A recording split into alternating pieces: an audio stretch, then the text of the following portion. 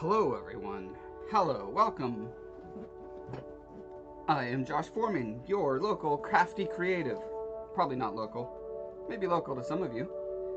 Uh, let's get my pluggables out of the way. All my stuff is up at the top. Check it out. I write fantasy novels. Well, I co-write them with a much better author than me. I do a lot of the world building, visual development. Our novels are packed with creature and location designs and illustrations and maps, and it's a delight. It's all a delight. You should check it out if you enjoy fantasy adventure type stuff. Here's one of the characters from the book. This is Scola, and he's just as grumpy as he appears. Okay, let's get to work. We're at the 99 point, maybe even 9. Maybe we're at 99.9% done with the dice tower. So this is the base of the dice tower you see here, and you know it's got all its stains and moss and basing and lichen and even like the specular pass, so some parts of it are shinier than others. Let's see if we can pick that up on the camera now, because I'm concerned that I'm not getting quite enough of it. So let's see, if we shine this light in such a way that it like reflects off just part of it, in theory some of the parts should appear shinier, but it really depends on the angle and the way the camera picks it up. Boy, yeah, the camera is seeing zero difference whatsoever. Okay, well my eyes can barely see much, but hi Garthor. True, he does have continually disappointed parents. Okay, maybe it's the angle of the cam. Let's see if we get the camera down here. Will it pick up what my eyes are seeing? So here's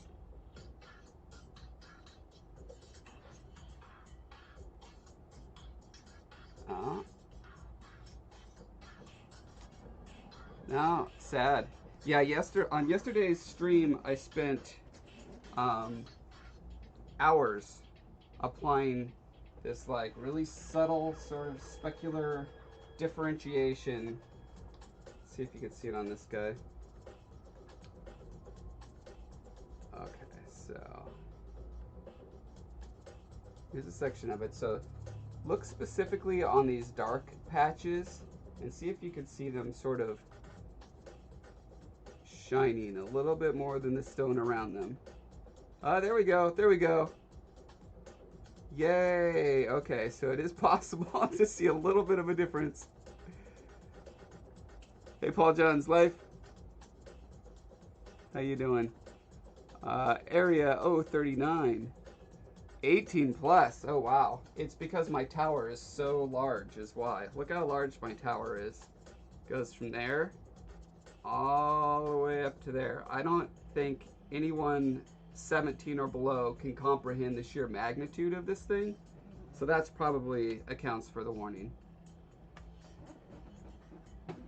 Alright, so speaking of magnitude, that transition doesn't make any sense. I don't like how my lichen, I am not liking my lichen. I think it looks perfectly great if this was a 1-to-1 size structure.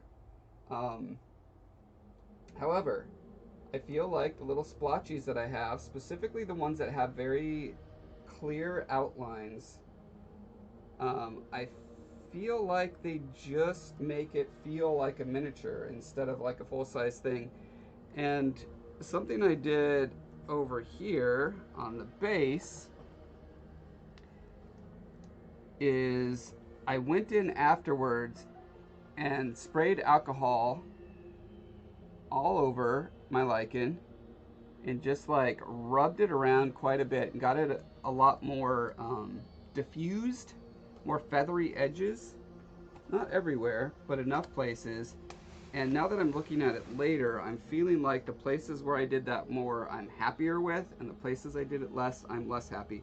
And I think what it comes down to is that, you know, in real life, lichen makes these pretty clear, like little patchy patches. And that's what I'm recreating here. But, and even this size patchy patches. But there's often so many of them dotted around that from a large distance, you're not going to see the individual dots. You're going to see kind of a diffusion of the lichen color around the rock. So that's, I think, that's how I'm explaining it in my head. Don't know how accurate it is, but that's what I got cooking right now. So I'm going to do some more of that real quick. This is a pretty fast process because it's, there's a clear coat on the paint underneath, right? So the lichen is on its own layer, so to speak. So I can kind of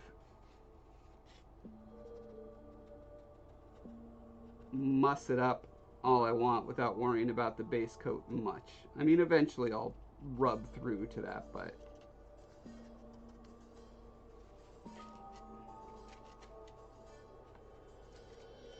yeah. So essentially I'm just kind of adding a subtleize filter, or maybe a blur filter.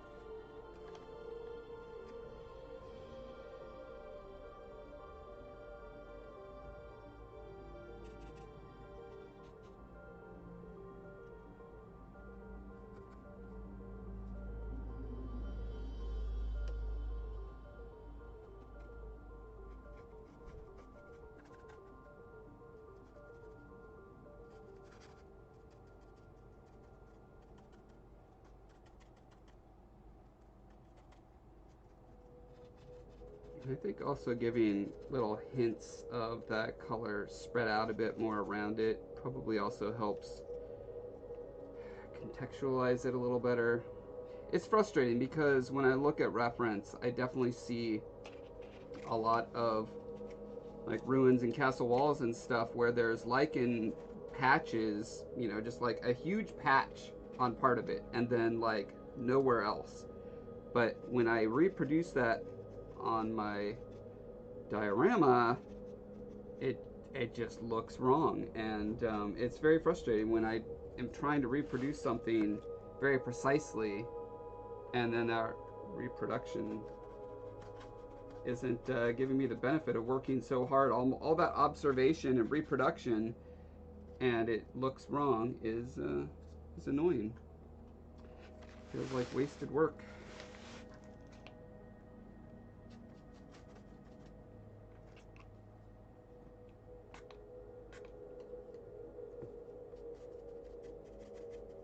This is denatured alcohol, 99%, that I'm spritzing on there.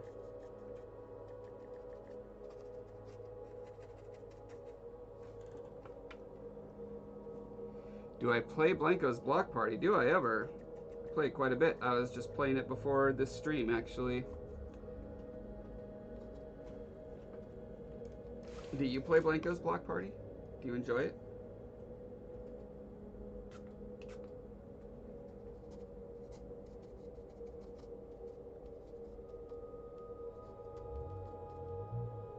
I was watching deadmau5's stream yesterday, the famous DJ guy, because he just released a deadmau5 Blanco.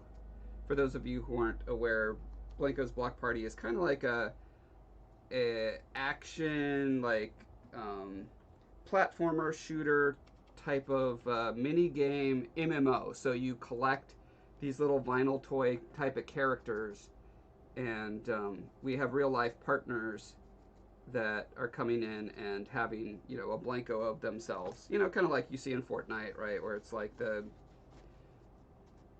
I don't even remember, they have an infinite number of partnerships, but Blanco's is just starting out. So I think deadmau5 is the first real big name that we have in the game.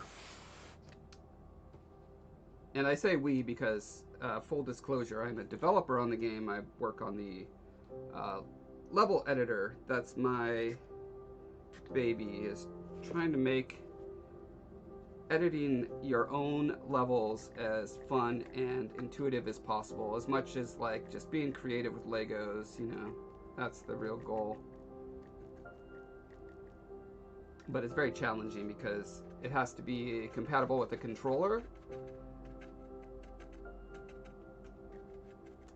Anyway, the point being,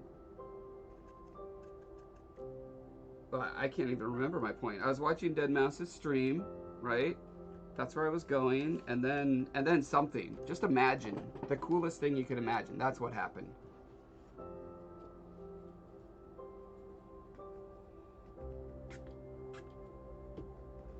Yeah, I killed deadmau5 a couple times, and he killed me a couple times. It was good times. The closest I'll ever come to celebrity.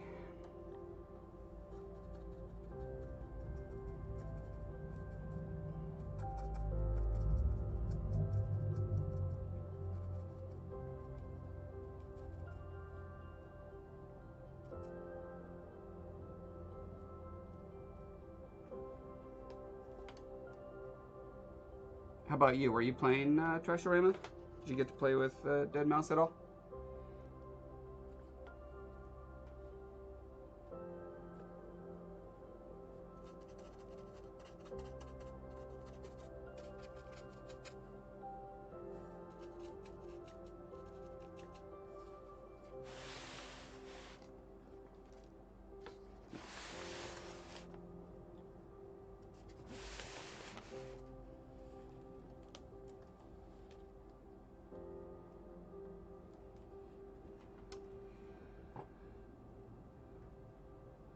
You know, to be fair, I don't play video games nearly as much as I used to, as I wish I could.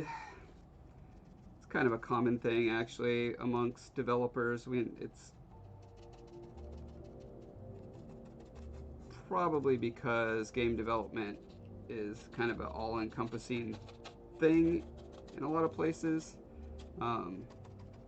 For me particularly, because, you know, I'm trying to create my own franchise, and so every minute I'm playing other people's franchises, I'm not building my own, you know. So it's a pretty big opportunity cost for me. But I do play a video game literally every day. I wake up in the morning.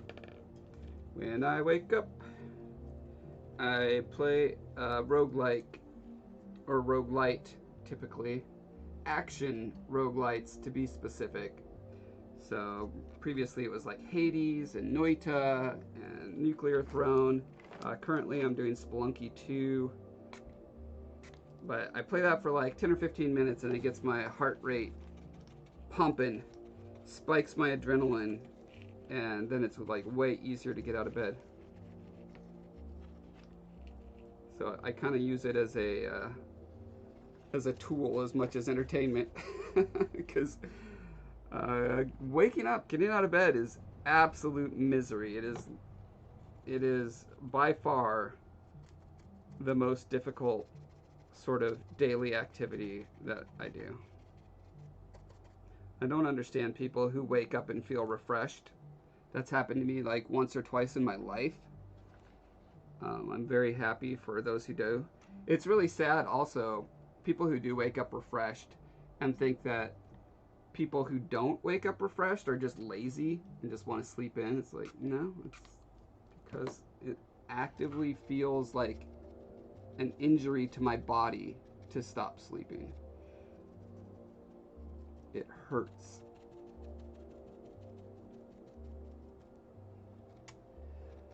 Larks will just never understand owls, I guess, is what it comes down to. And probably vice versa. But I do envy the larks. So much more of the world is built around them, you know?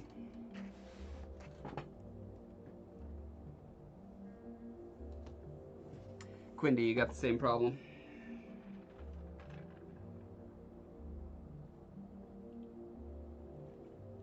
Am I gonna play some D&D? I really want to do I don't know about D&D, but I really want to do some wargaming.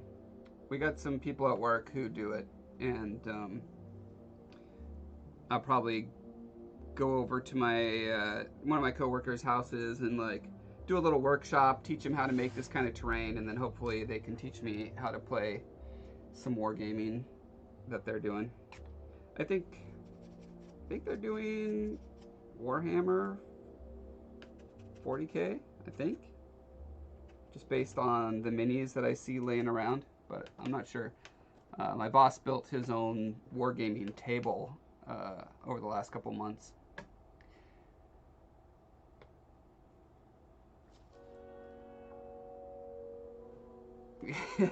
You'd think they would have got to 50K by now, but no, they're just they're not very good at progressing apparently.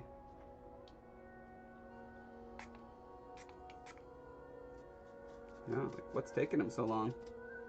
Although to be fair, like my YouTube channel has had 20K, has been in the 20Ks for like, I want to say over 2 years. I'm finally up to 29, like 1 or something. I'm almost to that threshold of 30K, but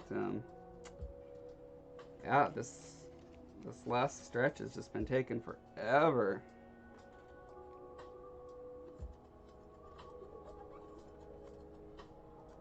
Maybe if I didn't suck so much as a creator, I'd be up there, but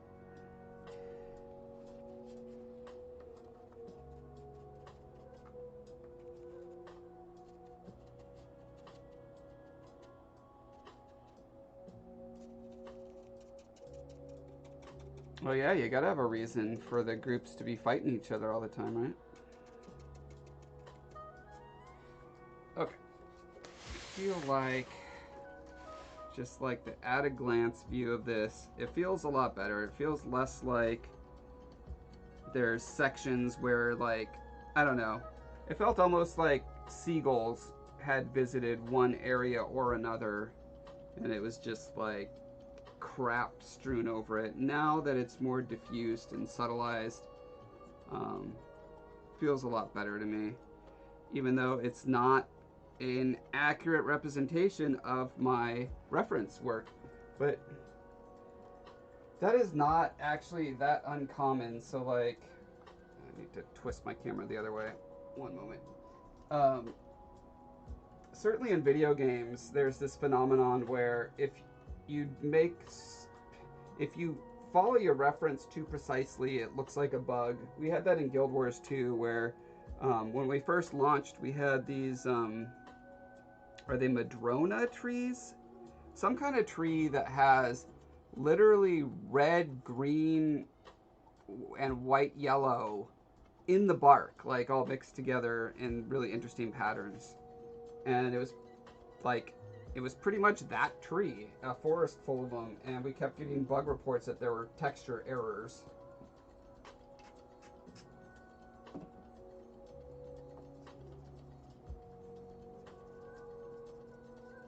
Like, there are some things in nature that simply look wrong, but in reality, when you're out there in nature, you just accept it because clearly it's probably real, unless someone came and painted all the trees at some point, which is hopefully unlikely.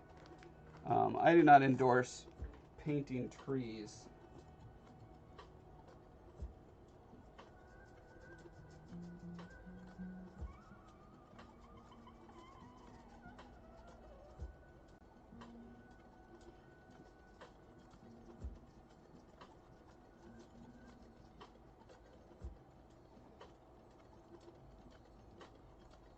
Yeah, no.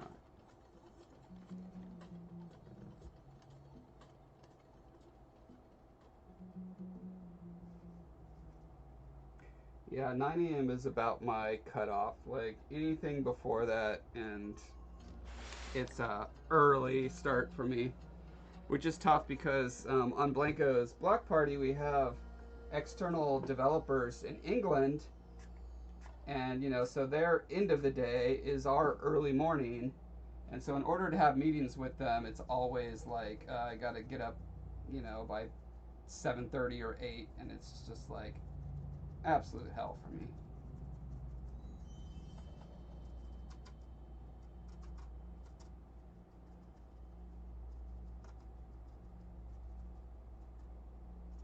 Last night I did that classic thing where I was really exhausted. I didn't get much sleep the night before, so I fell asleep pretty fast. But then I woke up, I don't know, maybe 20 minutes later, and my brain was just, okay, you're done. No more sleep for you. You've had 20 minutes. That should be enough, right? And I was up for like another 3 hours until, I don't know, 3 in the morning.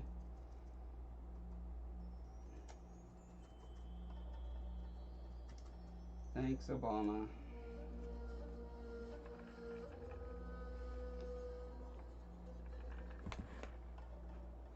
Aquos, yes, this is carved out of XPS foam. You can see a big old giant sheet of it right there. I have YouTube videos on the process on my channel at Josh Foreman on YouTube. You work for a construction company 2 hours before you do. Yeah. Oh yeah. There's so many industries, like education is another one. Where it's just like, yeah, of course you get up at 5 or 6 a.m. You're into work by 7. And it's like, oh god. Could not do that.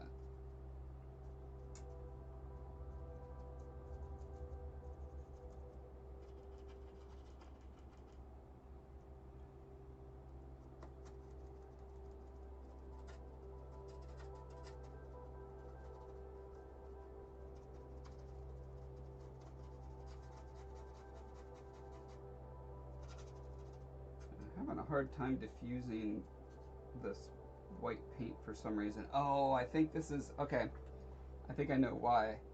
This white that I used on here, I ran out of my cheap craft paint, which I was using on the base, and I started using a little fancier, it's not fancy, but fancier than craft paint, right? And I think this is just higher quality in enough ways that it's harder to obliterate with a little bit of alcohol and scrubbing.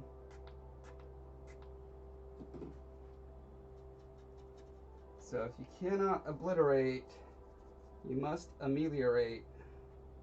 That's my motto. And I'm guessing the right way to do that is, well, the orange is still spreading around pretty nicely. So if I get my brush loaded up with alcohol and orange, then I can go over the white, and that at least blends it into sort of a base a little bit better.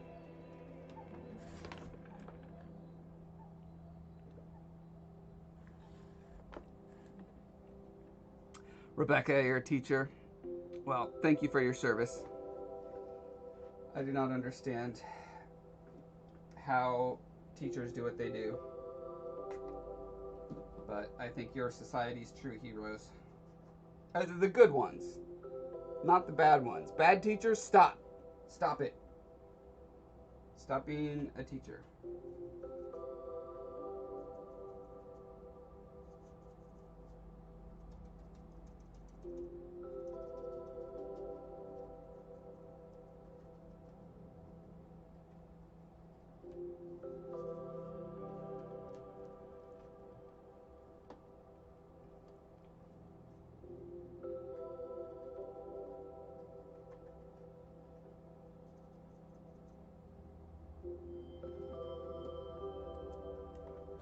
So down here you can see it gets really spotty, and this is where it starts looking a lot like bird droppings, when there's like very clearly defined little white specks. Again, this is just what lichen looks like, but for whatever reason it doesn't read correctly in situ.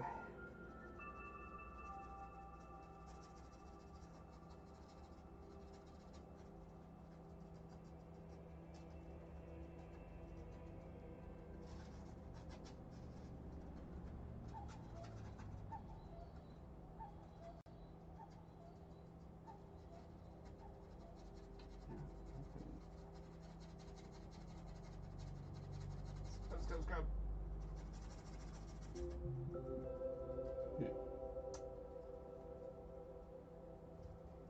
You know, not that I'm opposed to having bird droppings on here.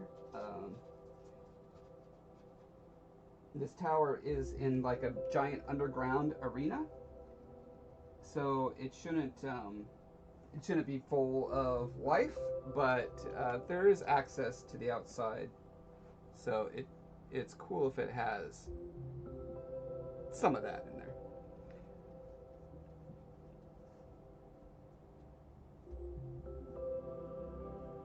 there. You drink a lot of wine.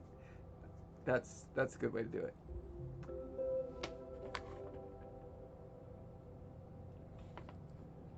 Oh yeah, traffic on top of getting up early. That's just like the 7th level of hell. Although, to be fair, I can't remember if the 7th level is the worst or the best. I don't think I've read the Divine Comedy since high school. I have a beautiful like leather-bound edition I bought a while ago, and I was like, oh yeah, I'm gonna read this again. Did I read it again? Spoiler, no. No, I did not read it again.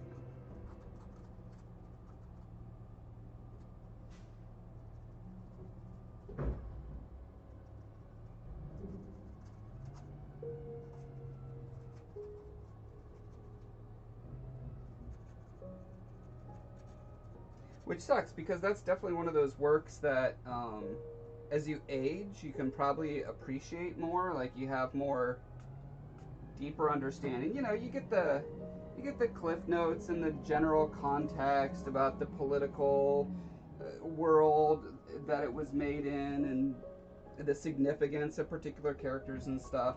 But there's still a whole layer of experience that living a life can bring you that makes classic literature so much better than when you first encounter it in high school. There should be like a high school that you have to go to when you're an adult, you know, in your 30s or 40s or something, as a forcing function, so that I could reappreciate the classics. Why isn't anyone forcing me to reappreciate the classics?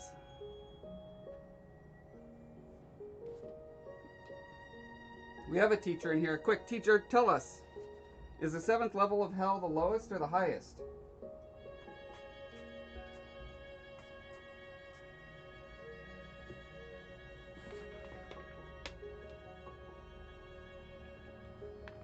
Oh, okay, we're getting an answer here. They get worse as you descend. Oh, 9th is the bottom? 7th is violence. Okay. Lust for the 2nd.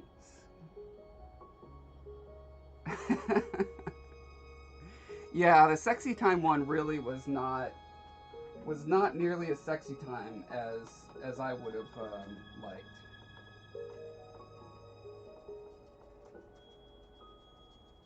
The whole ironic punishment angle is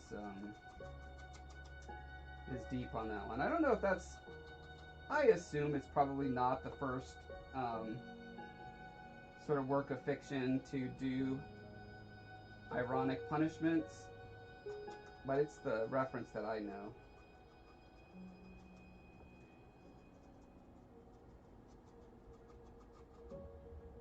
But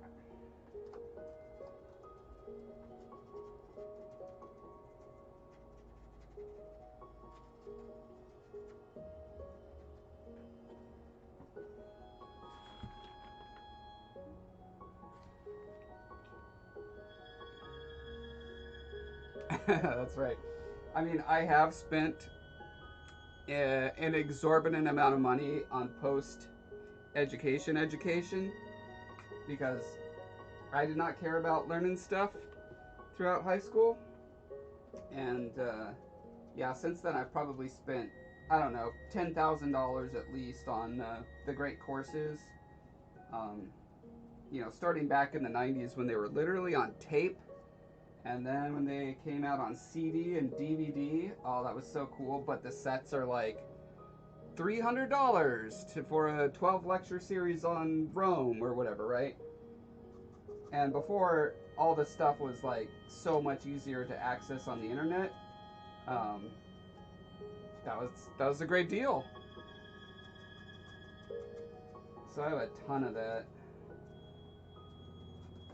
Now sitting moldering on my bookshelf. Although I did at least, I paid so much and I really enjoyed those lectures. Don't think I got one on Dante though. He certainly mentioned in several of the lectures because I do enjoy religion and philosophy, history of religion and philosophy. So I have a lot of classes in that arena.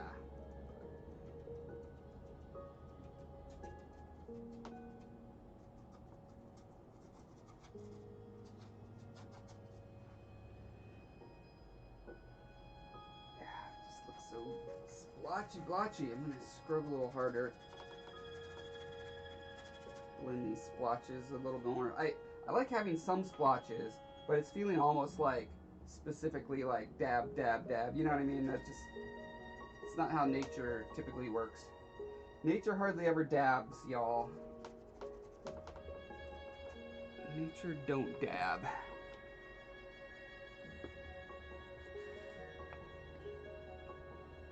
There should be a degreeless track at college where you can pay a really cheap fee and attend classes, but not be required to turn anything in. There is a thing. Isn't that called, there's a word for that.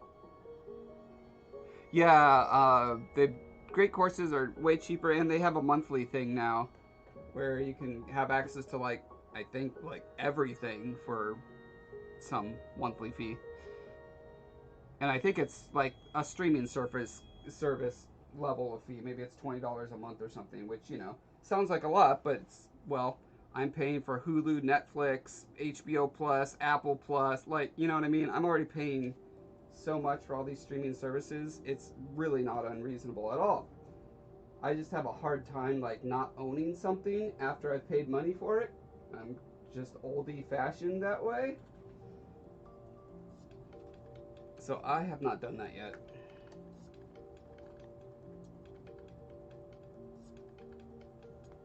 Bachelor's in English, Master's in Special Ed, taught elementary science lab for 9 years. Wow. Epic. Audit. Yes, the word is audit. Thank you, Rebecca. You can audit classes.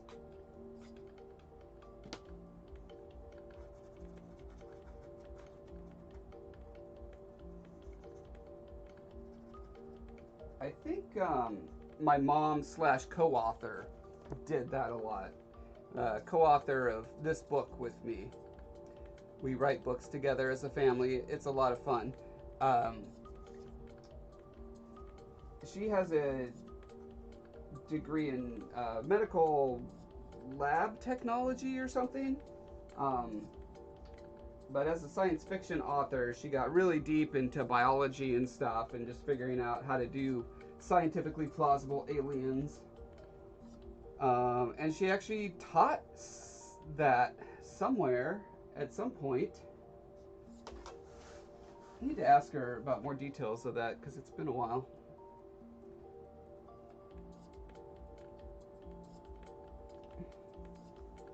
Accounting courses. Yeah, you could audit accounting courses.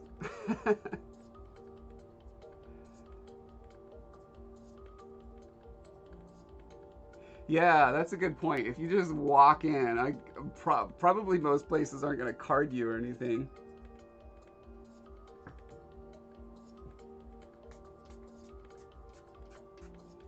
Now, I have no idea how that alcohol I'm spraying on here is going to react with the so this is what I was using to get the shiny bits is high gloss varnish, Liquitex Professional. I feel super pro using this.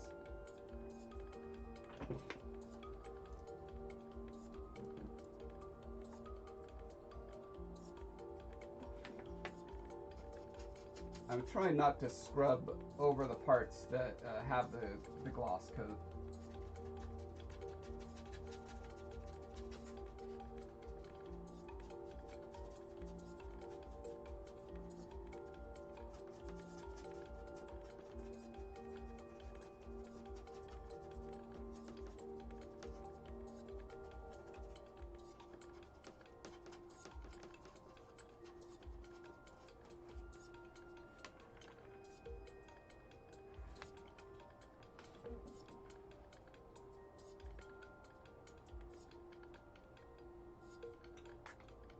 Yeah, I don't know. I've never actually been to a real college. I attended the Art Institute of Seattle, so we definitely would have noticed you in our little class of 14 at the Art Institute. But from TV shows and movies, a lot of those classes are like auditoriums or whatever.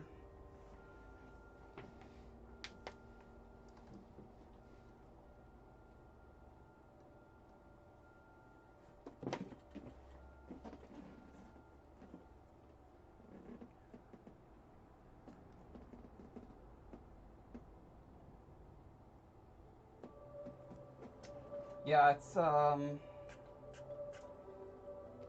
actually, I was about to say XPS is a kind of styrofoam, but to be honest, and I'm going to be honest for once in my GD life, um, I don't know if they are technically in the same product family or not.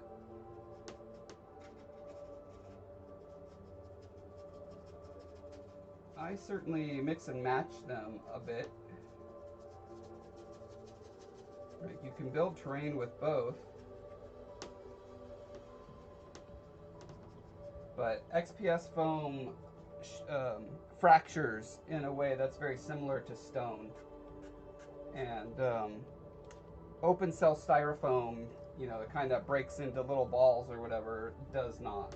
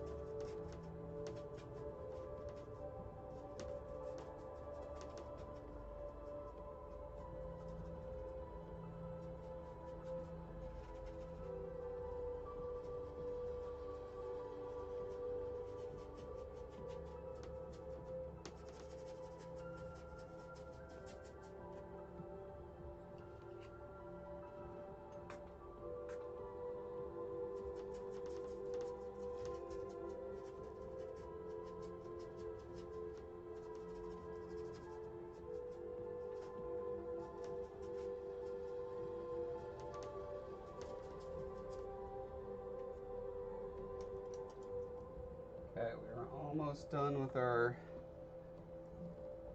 blurring process here.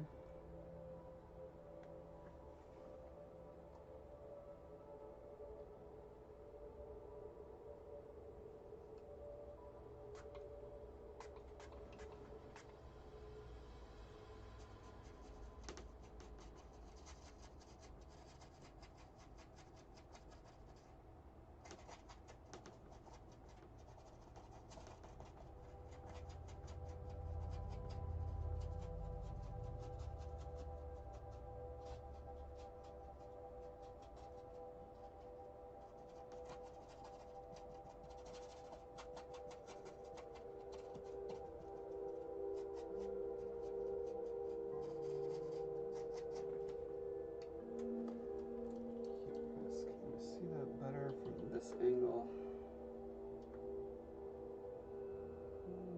A little bit.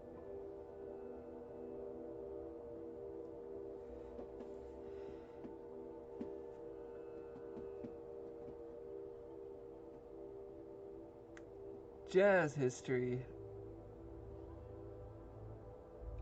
Wow.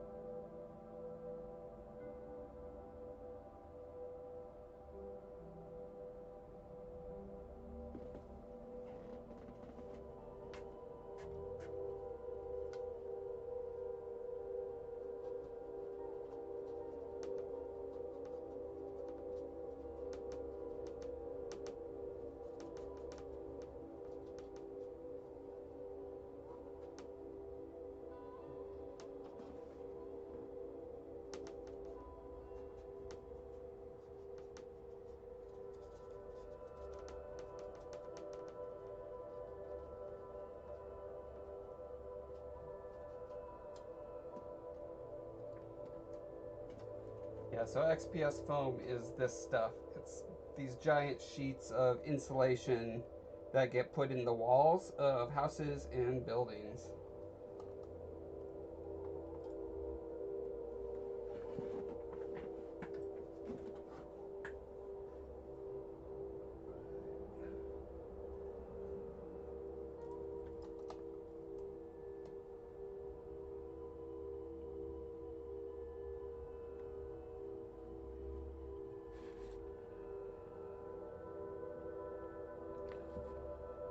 Yeah, in the age of ebooks, the idea that you have to buy physical new editions of textbooks is borderline crime, is how I would define it, morally at least.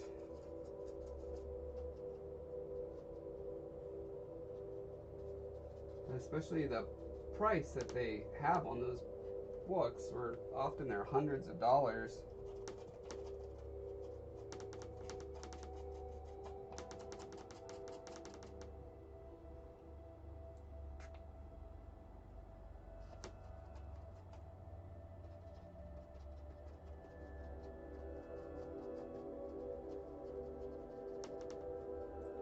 Alright, so I think now is good. Nope, just kidding. Now is almost a good, but it stopped being a good because I found something else.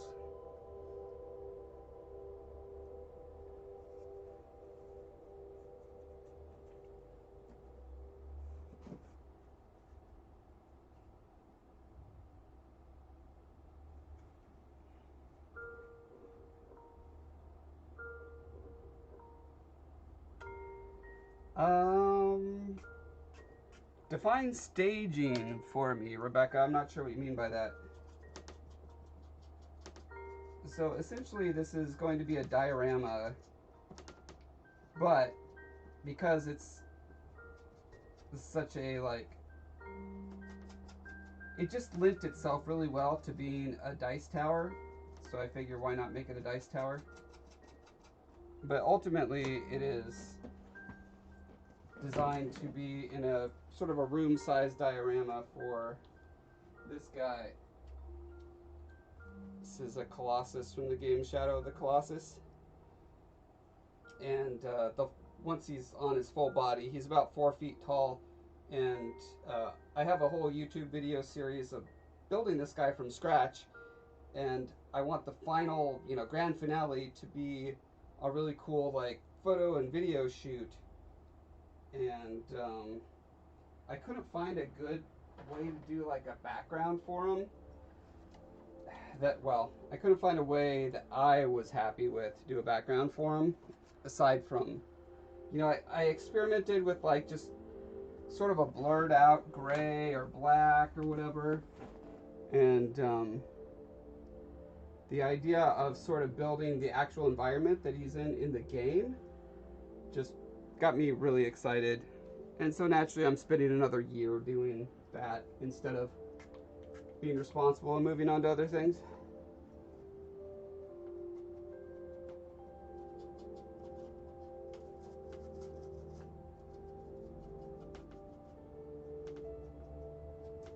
But yeah, if you're interested to learn these techniques and stuff, check out my YouTube channel. The last several videos that I put up are about building these things.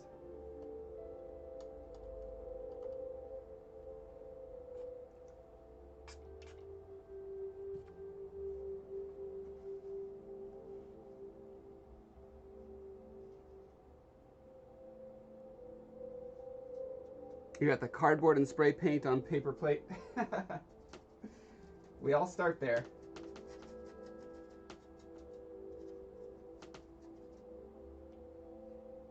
Okay. Now we start to add some rubble and such. So I've got a little Christmas tin of rubble bits that I made. I'm going to scatter around places where it would make sense for them to have fallen. Let's see, I've got, where did I hide my glue for myself? Actually, I'm probably doing a small enough number that I could literally just do drops of glue out of the old Elmer's bottle for this.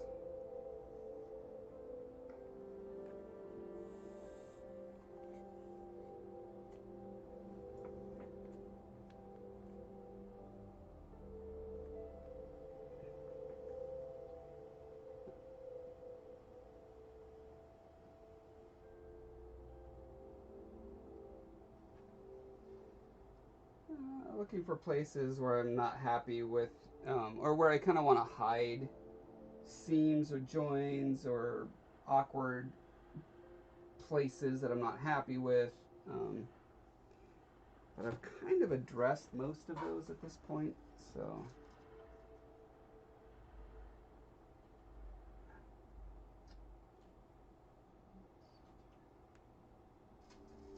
I probably should have done some composition and layout work first.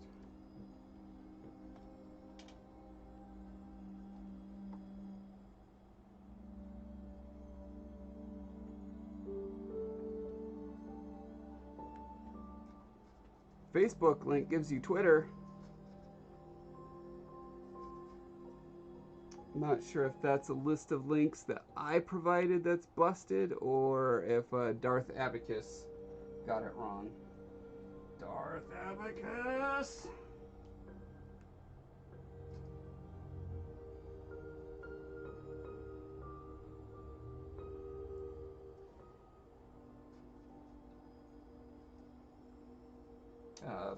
But if you look up Breath of Life Dev, DEV, on Facebook, you'll find my business Facebook.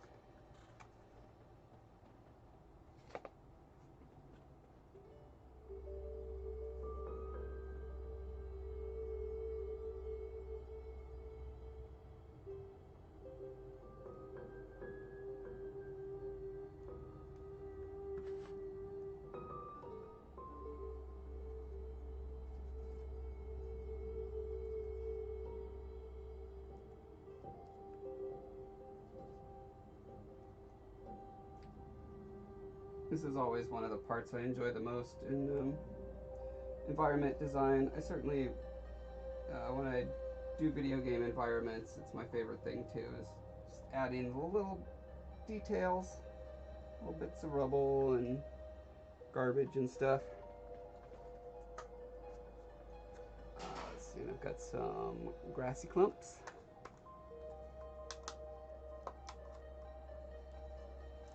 Spacing was off. Okay.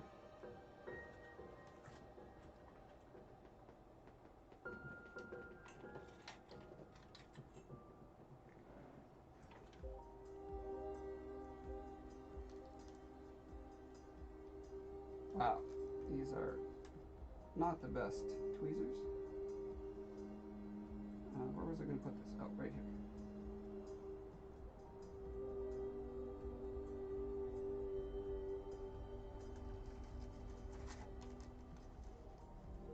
I don't think this really saturated green grass is a good choice for these. But this kind of dried out stuff should look better.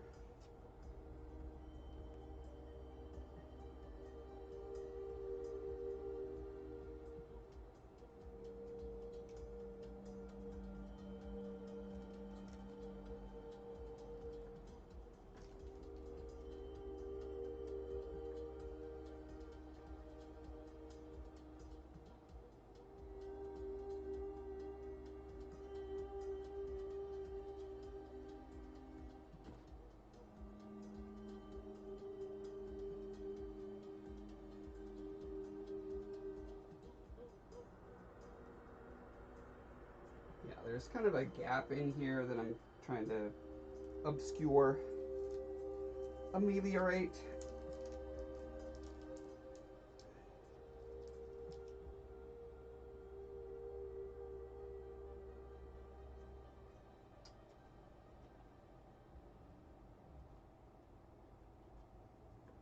Oh, and that reminds me, another element that I want is no, it's my black sand. Where's my gray sand? Here it is. I love this because it's the color of the base coat, so it's a lot easier to just like do a quick little wash over the top, and it's pretty much done.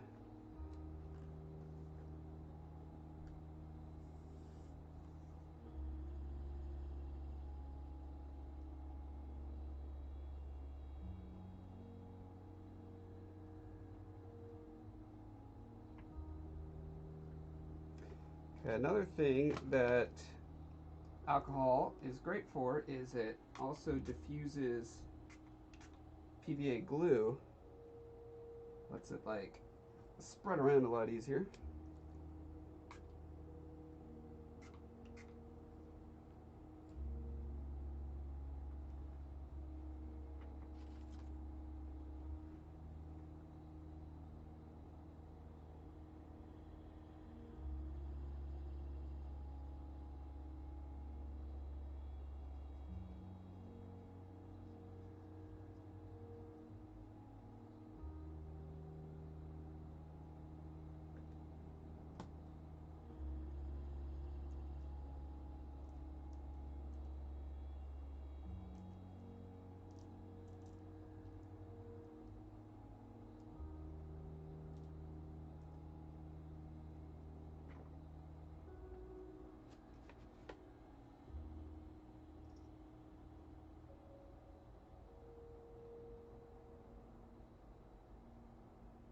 Yeah, this will actually fill in the crack pretty well.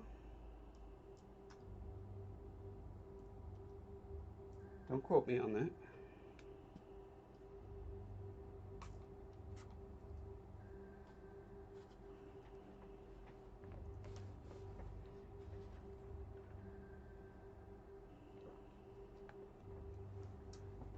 Yeah, the alcohol essentially just works as a thinner for the glue. Usually I'll use watered down glue first, but the amount of like actual elements that I'm adding is fairly small, so I'm not going through the hassle.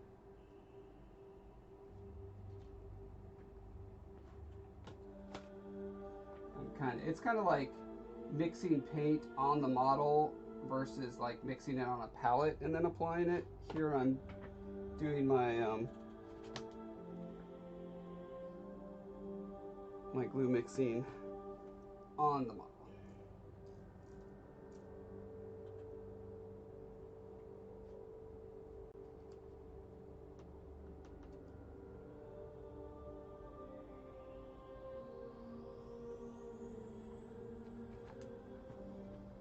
And I'm imagining as little bits and pieces of the rock above erode, they're gonna fall down, and some are gonna land on here, some are gonna bounce and chip, and you know, that sort of thing. So I just want to make sure that there's, every once in a while, there's a little sort of rogue element.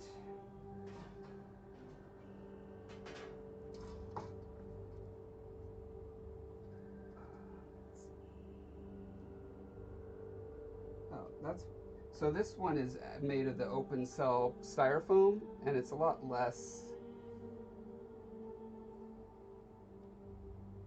well, it looks, you can see the little balls of styrofoam in there, which is not ideal unless it's representing a little pile of rubble. And it would be really weird for a pile of rubble to have accumulated right there. So,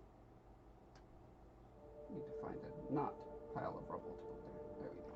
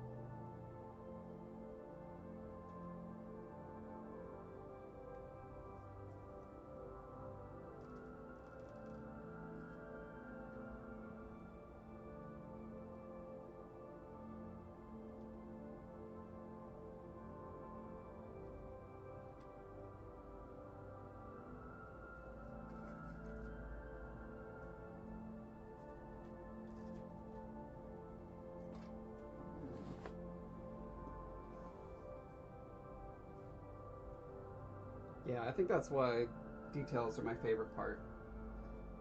Like, compared to the amount of time it takes to get everything else put together, the details are such a short, such a fast but rewarding process.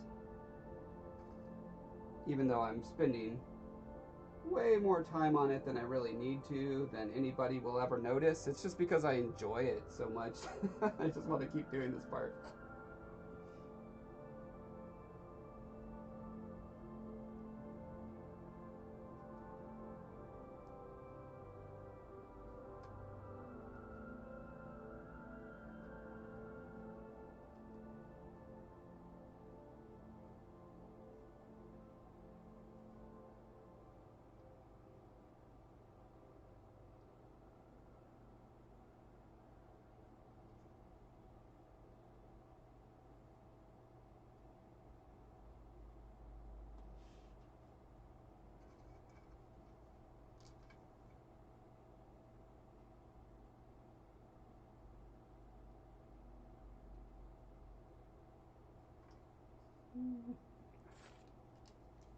Need to order some more of these. These are my favorite grass tufts.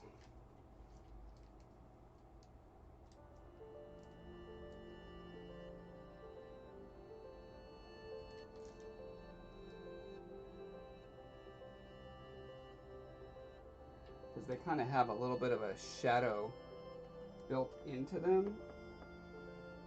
Like, you can see the, compared to the one to the right here. So like this one is just the same tone of green all the way through. This one has a darker base to it. You could really see it there on the sheet. And so like, I don't know, it helps with the scale, because you don't feel like you need to add a little bit of shadow underneath it like you do with the other stuff.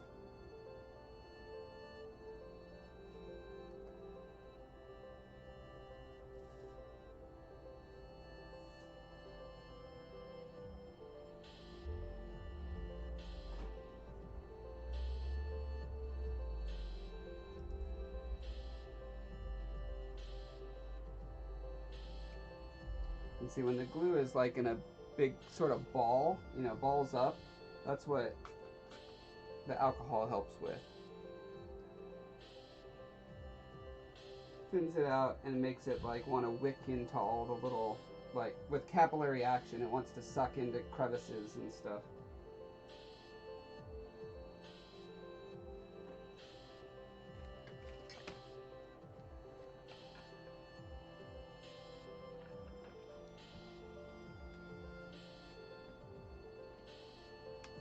I think grass tufts should have googly eyes. Is your significant other Christopher Walken?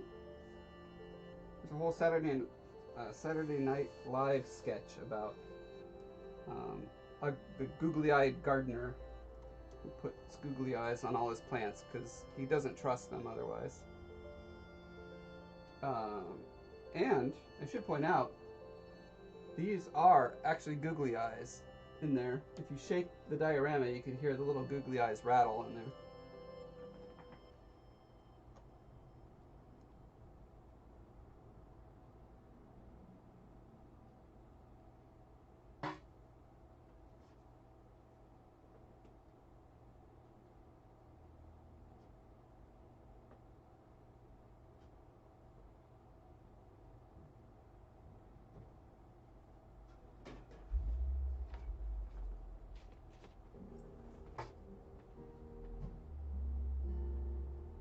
Can't mention Christopher Walken and not do an impression no matter how bad it is.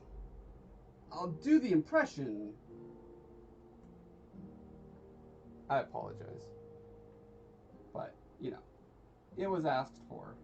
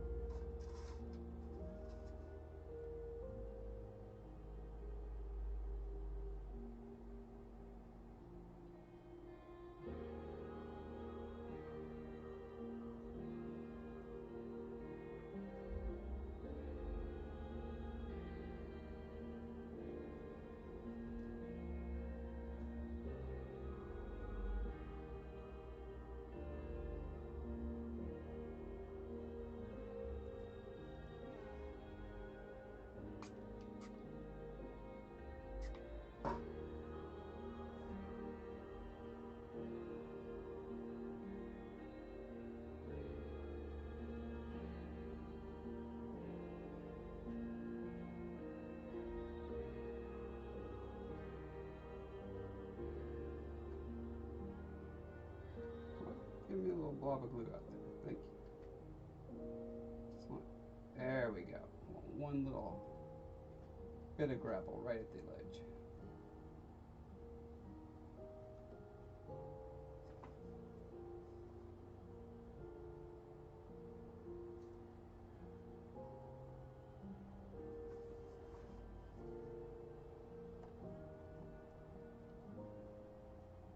It's the thought that counts, right?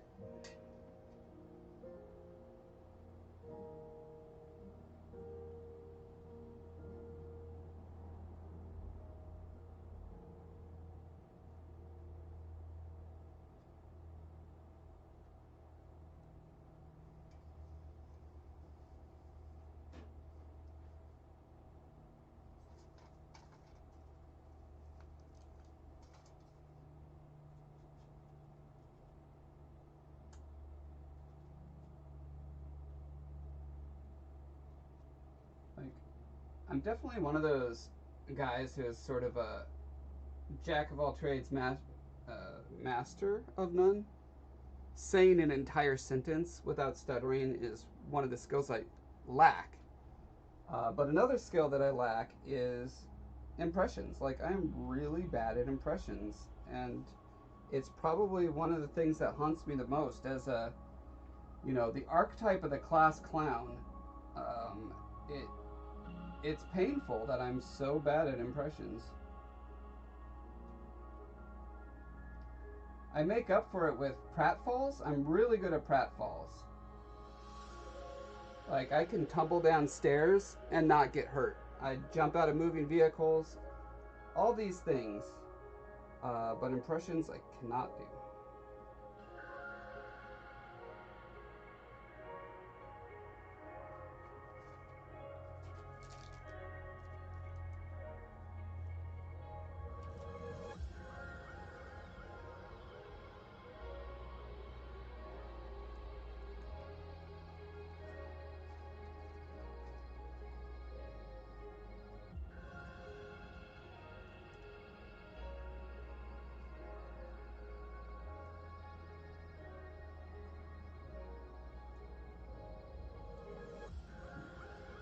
Just not happy with that there. You get to go live up here instead.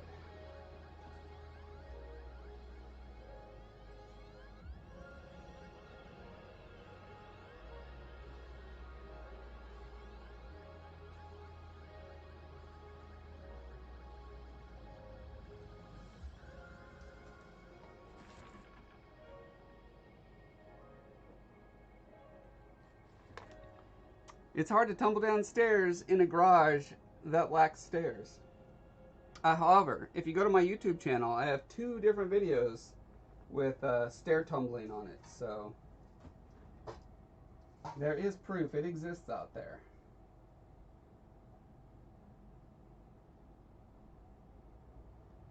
Actually, here's an easy way to access it. Go on YouTube and type in Josh Foreman Sisyphus, the Greek tale of Sisyphus the king, and you will see multiple stair falls.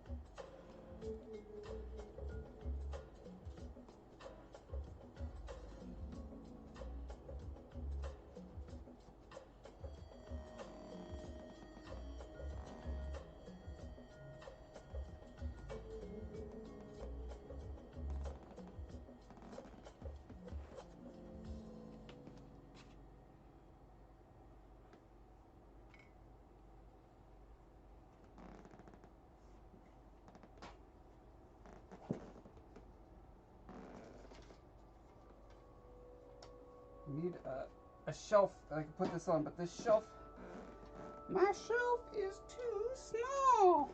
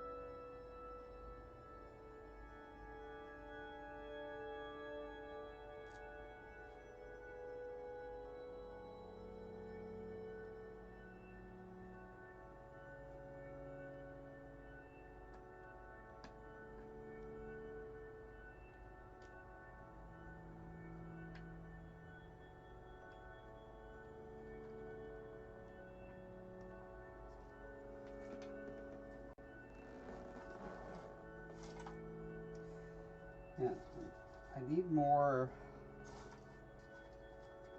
chunks that are this size and smaller. And I did not leave myself enough. I got too many that are this big, not enough that are this big.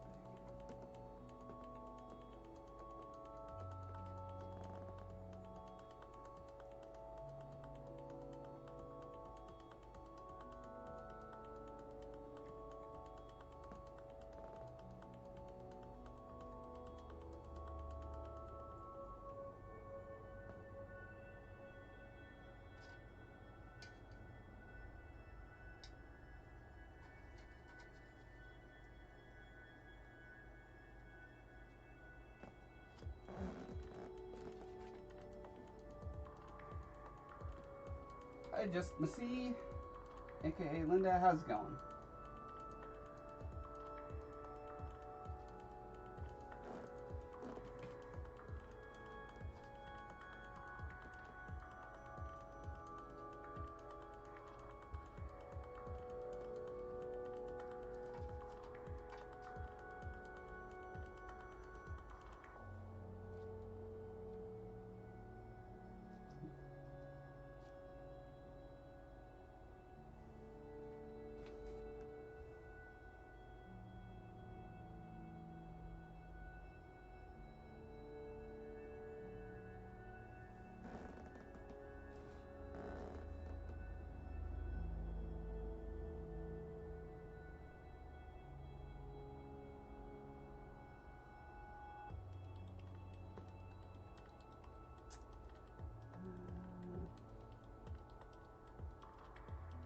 Alright, this guy. What do I want to do with this guy?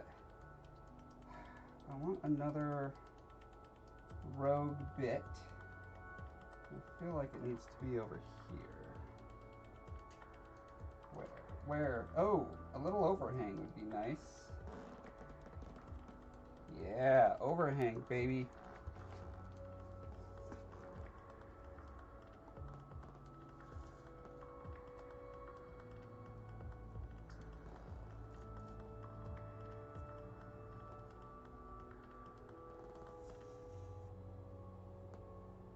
That's how you get some quick, easy dimension into your piece.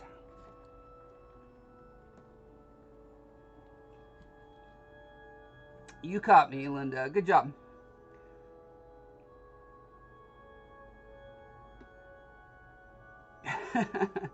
I do enjoy getting rocks. I got this one from a neighbor just the other day. It makes a really lovely texture stamper rock. It's got lots of different textures on each side, and you could just like roll it over your not after it's painted and stuff. Well, technically yes, after it's painted you could do it, but then you'd have to repaint.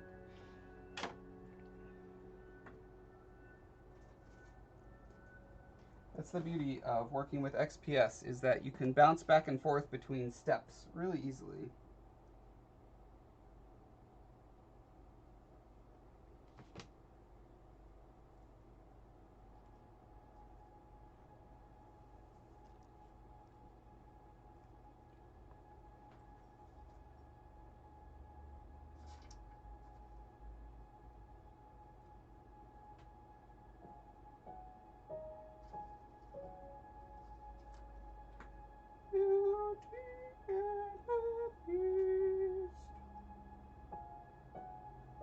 Did I also mention that I cannot sing or hold a note at all?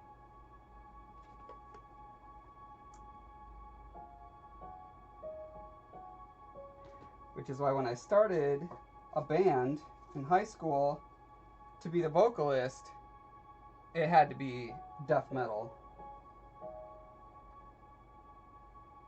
Also a true fact about me, I was the vocalist in a death metal band.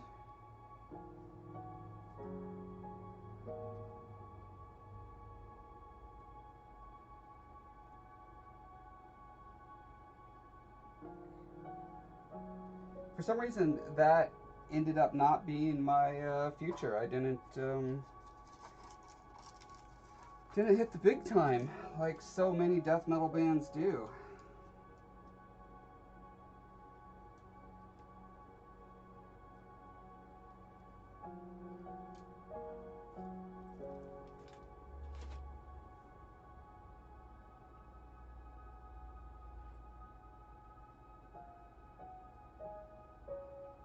But really, my ulterior motive for being in a band, besides just really enjoying screaming at the top of my lungs, is that I got to make an album cover, and that was really my ulterior motive.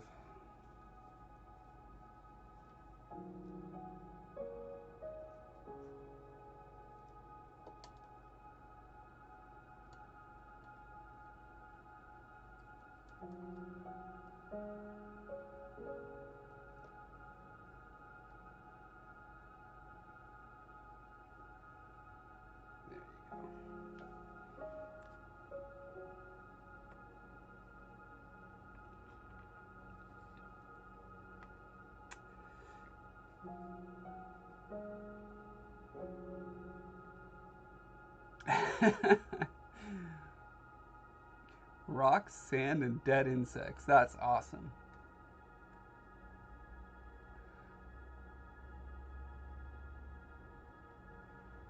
Exactly. Everyone knows all the famous death metal bands, and you know, the singers are always in the tabloids, marrying celebrities.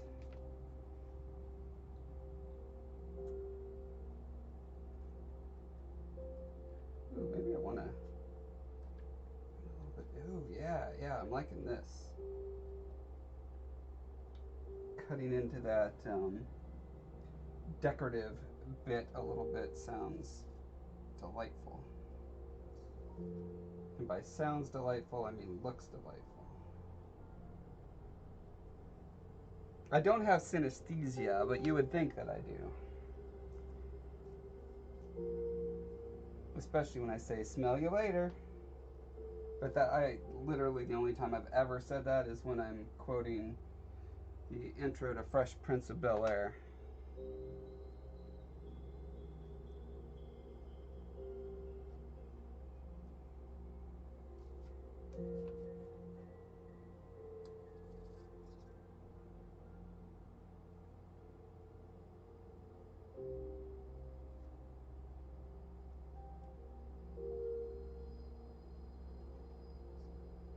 Maybe the Fresh Prince has synesthesia.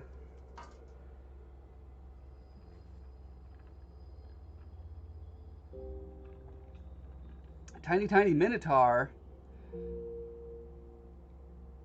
I do enjoy putting Easter eggs in things for sure.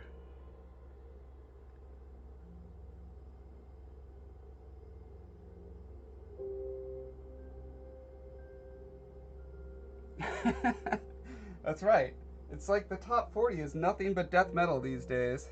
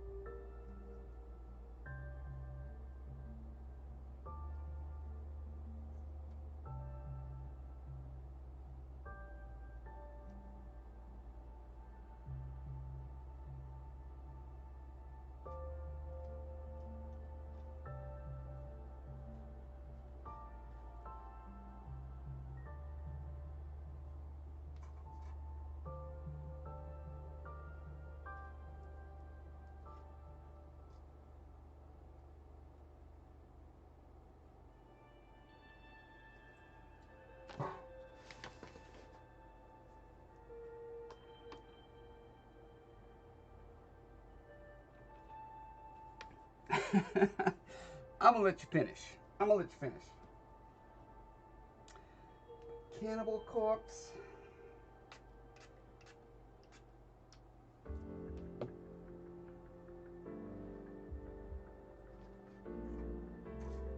Does Opeth count as death metal? I guess. What does it even mean anymore these days?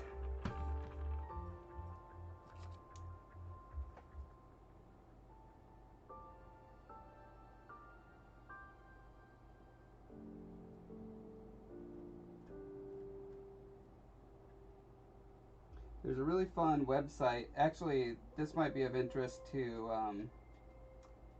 anyone at the cross section of metal and nerdy role-playing art type stuff.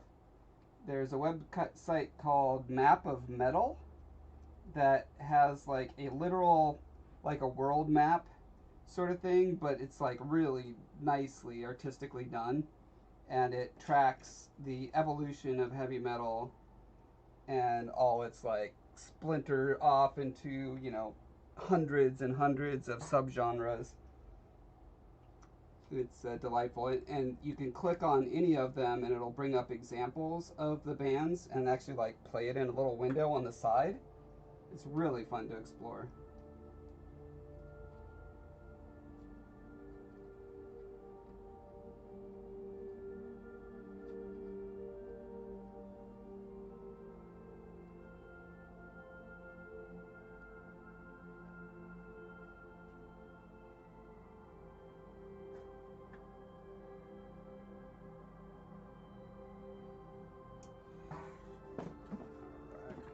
Just a few left down here in the bottom. I think we'll be coming in just in the nick of time.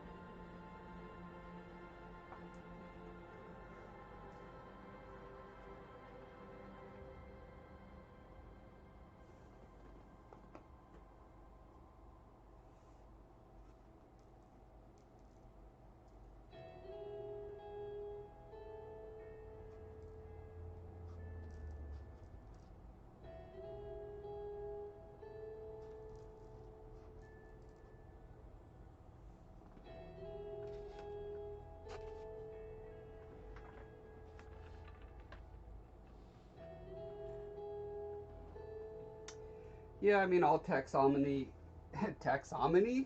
Wow. All taxonomy is ultimately fairly arbitrary and inevitably is going to mix people's presuppositions and philosophical outlooks into the list. Like, you look at anything, animals, people groups, plants, planets, you know, heavenly bodies in general. Nature is far too messy for any of those taxonomies to hold up under scrutiny. No matter how tightly wound they are, there's always going to be little exceptions and stuff that falls between the cracks. I think probably my biggest epiphany as an adult, seriously, and this applies to everything from art to philosophy to religion to politics to interpersonal dynamics. My greatest epiphany was simply that binary, on, off, yes, no, right, wrong, good, bad, I'm not going to say doesn't exist because that would actually be a binary statement, but that nature presents us with spectrums like an order of magnitude more often than it presents us with binaries. That helped me process information and ideas more than any other paradigm shift that I've ever had.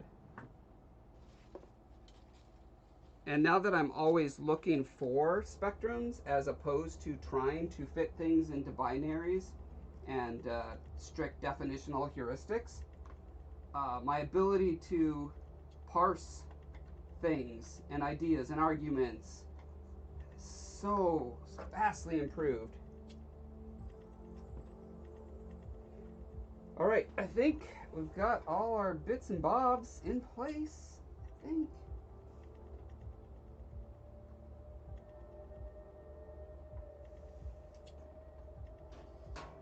What time are we at? All right, we're at an hour and a half. So it's time to find someone cool to raid. And while that's happening, I'm going to look for my, there it is. Okay, I'm going to be putting some wash over these guys and to blend them into the environment better. And that's literally just means squeezing some of this out. Oh, squeeze, nope, just kidding.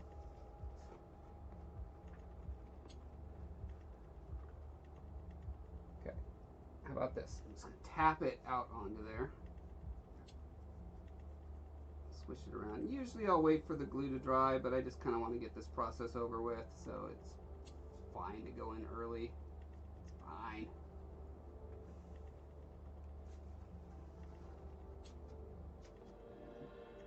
Dab it away. And then I'll come back in after that's dry and do a super subtle dry brush. Yeah, Reaper Live tonight. Thanks everyone for hanging.